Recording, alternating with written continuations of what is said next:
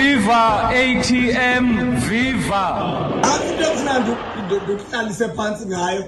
He understand into yokuba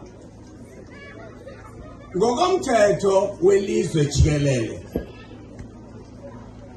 akukho foreign forces ezingenza ntoni independent state kwelinye ilizwe.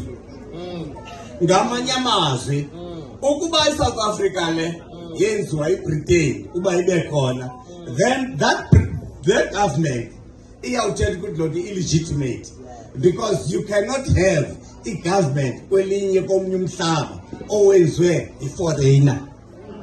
Iforeigner inawufika kwi-monarchs. ISouth Africa thatha phansi ujonge imap yakho lilizwe ele-kingdoms. Uyawufika kukho iPondoland, uyawufika kukho iZululand, uyawufika kukho iFenguland, uyawufika kukho iPondomisaland, Thembuland, Swaziland. Yeyiphenye indawo ekunothiwa yepolitician apha. iPondoland, iThembuland, iZululand. Aniva lentelayo iphele ke iAzania. Lento kuthiwa iAzania, eligama lithi Azania ligama lalapha elithetha the land of the people. iAzania means the land of the people.